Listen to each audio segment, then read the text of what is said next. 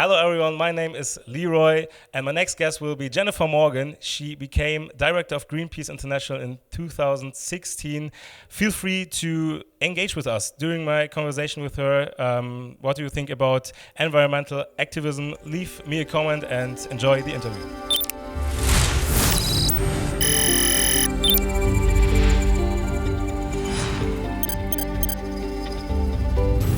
Hello everyone. Thank you for tuning in, and hello, Jennifer Morgan. Thank you for being here. You good? I'm great. It's good to be here. Okay, good. Then we're going to start with my first question. When was the last time you have seen your family? My family I saw just a few days ago before I came here. Okay. How big is your family? How can I imagine? Do you make big family events, or is it easier? Well, my immediate family is pretty small. My partner and I live together. We don't have any kids. My family from the U.S., because I'm originally from the U.S., is in Chicago, and the last time I saw them actually was just a few weeks ago. We all got together at my father's place in Chicago. Cool. That's pretty cool. Okay. Yeah. What do you think? What is your personal sin? Do you live 100% carbon free? Not 100%. No, I think it's pretty hard for anybody to live 100%, and I think people should do their best and give themselves a break if they don't. But my greatest carbon sin is flying. Okay. So for work, and because my dad lives in Chicago, I fly and try not to do it. And if I do it, I try and stay a long time so that I combine a lot of things. But yeah, that's probably it. I mean, I think been vegan, vegetarian for 30 years and bike and all that kind of good stuff. But the flying thing's the hardest. Okay, thanks for sharing. Yeah. As the head of an organization like Greenpeace, how much time is left for your private activities, like watching movies or going partying, maybe? Yeah, no, I love to dance. Yeah? Yeah, I love to dance. And, you know, what I try and do is I work really hard during the week, and then I take the weekends off. So during the week, I still make time to do yoga. I love to do yoga.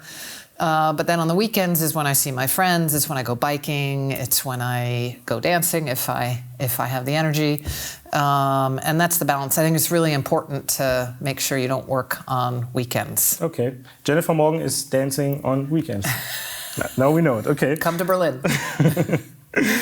You are an environmental activist, and do you remember that one special moment that made you fight for this cause?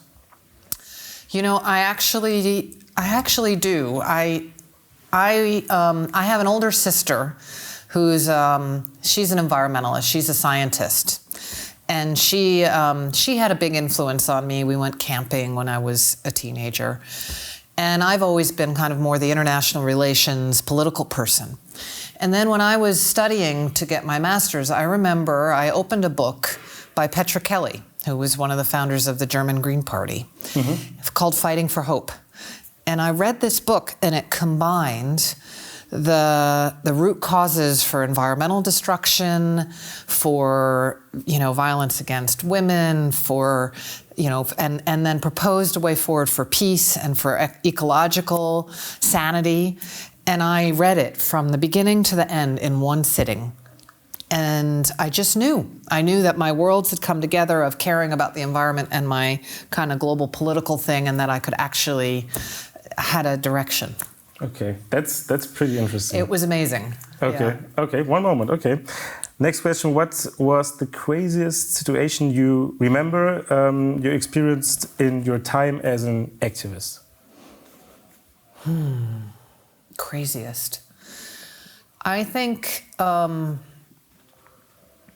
that's a hard one. There's a number of the different ones. I think a craziest time would be, you know, if you're an activist and you're kind of trying to work to engage people, right, while at the same time trying to engage a negotiation. There was a moment in my mind where we were in the climate negotiations where people every year the ministers get together, and Japan was playing a really negative role. And so we were generating a lot of pressure on the outside against Japan, and I was the one who kind of had to confront the foreign minister at the time. And it was an uncomfortable moment, maybe not crazy, but it was an uncomfortable moment. But I think that's what we need to do. Like, you need to we all need to go a bit out of our comfort zone and do maybe a bit of crazy things. I mean, in Greenpeace, we have ships, and I've been on the ships and done some crazy or fun activities there, but whatever it takes, peacefully. Peacefully. Okay. In my community, there are many young people who go to the Fridays for Future demonstrations, and on the other hand, there is a new trend, throwing trash on the ground and shouting, "Sorry, Greta." And my question is, what are the reasons for these different views on climate change? What do you think? Well, my sense is that Greta has, in a way, opened up, given voice or permission of many young people to say their feelings, their fears, and to actually be heard in a way. And I think that I think it's unleashed that and almost given not permission, but it's given voice to that, which nobody had really kind of done that before, right? I mean, you can say, well, teenagers or whatever should be able to say what they want, but there's not necessarily a culture that allows that. And I think the counter stuff oftentimes is organized. So if you look at the thing that worries me more is the hate type of stuff that's going into young activists these days. And I think oftentimes quite organized by trolls that are coming through to try, and I saw it after Greta's speech at the UN. It just shocked me. And I think it also comes with discomfort, because Greta is speaking the truth and Fridays for Future is speaking the truth. And then maybe it's a counter, I don't care kind of reaction. But oftentimes those reactions aren't there's something behind them.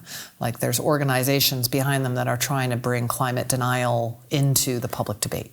Yeah, that's a good point.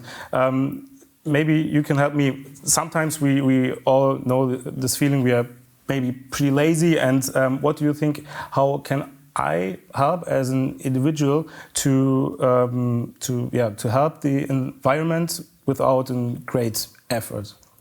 I think there's a ton that you can do with little things. Okay, so name me one pretty easy thing. Send an email to your representative. Okay. So that does mean you have to find out who that person is, and you can just go online, pull that out. There'll be an email address. Send an email that says you care about climate and want that person to do the right thing. Cool. Okay. Now we talk about bans. Bans are usually quite unpopular. In Germany, we discuss driving bans or the speed limit on the Autobahn, the Autobahn. What do you think about bans? I think that there are things that need to be banned. I mean, why is anybody still using single-use plastic straws anywhere? Why do we still need the combustion engine cars, cars run by diesel? But I think oftentimes the German debate, if I can talk about that for a second, it gets into this banning discussion rather into the solutions discussion. Because there are solutions for all of this stuff, right? I mean, and what we need is people to actually, though, help make those solutions possible. So if you want to be riding, if you live in the countryside and you want to be able to get into the city without driving a car, well, then we need to get public transport out there. Or if you want a renewable powered electric vehicle that's hip and cool, and the automakers are saying that they are making those, they're not really very much, then it's your right, and if you live in a democracy, then you should be kind of demanding that. So we do need to ban stuff, but we also need to make sure that the solutions get scaled up fast because they're there. But oftentimes it's these auto companies or others who are working real hard to make sure that we stay in the past. Okay, so we should focus on the solutions, not on the bans. We should do both. We should do both. And I think sometimes in the German debate it's mostly on the banning. Okay. Right? But I actually think that there's an incredibly positive future for people. If you think about it, less pollution, especially in megacities around the world where people sit for hours in traffic to get somewhere. Right? So less pollution. So there's definitely, it's healthier. More convenient. Anyway, so you can get there, and I think it's important to keep that in mind. Okay, thanks for sharing. As a YouTuber, I'm always asked, how do you make your money? And in my case, it's really complicated to answer this question. What's about you? How complicated is it in your case? My case is pretty easy. I mean, I make my money, I work for Greenpeace, and Greenpeace only is financed by people. So when I come here and I take the train here, it's because people gave Greenpeace money. And then how I make my money, I have conversations like this. I try and convince people I give speeches, I talk to people. I also have to run an organization, so I try and make sure that people who work there have good working conditions.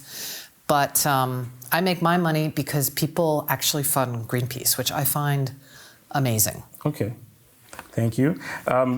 Now you have to be honest with me. Do you believe that we will be able to stop the climate change at all? I do. I think that the question right now is how much we can stop. I mean, climate change is already happening. We're already feeling the impacts of climate change. You can see it around the world, what's been happening in Australia and the bushfires or the storms in Mozambique. You can see it everywhere. And I think the next 10 years it's the decisive decade, actually. We have to cut in half the emissions around the world. Now, whether that happens or not is really about leadership. It's about whether heads of government, whether CEOs are going to actually listen to Fridays for Future or whether they're going to stay in the past. And we do still have the time to switch that. And every 1/10 of a degree of temperature increase matters. So it's really not if we can or not, it's about how much we can avoid. Yeah. Okay. But right now, it's urgent. I mean, it's like we're on this pathway of going way above where the Earth has ever seen with humankind on it.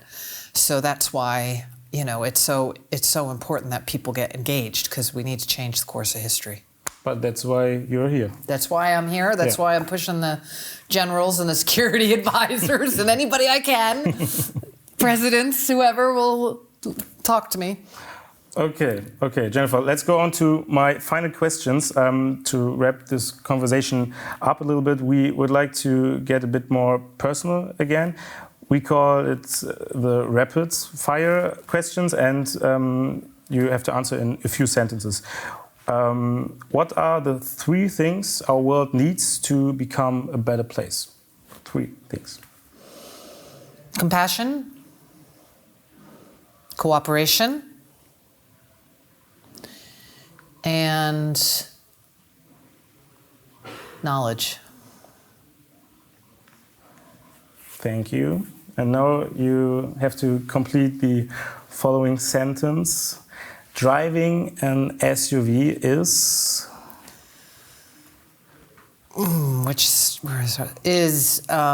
Rapid. Yep. Driving an SUV is horrible for the planet and shouldn't be allowed. Okay, and the next sentence, finish the next sentence in 1 word. In a perfect world, what would be your job? Or again, in a perfect world, your job will be...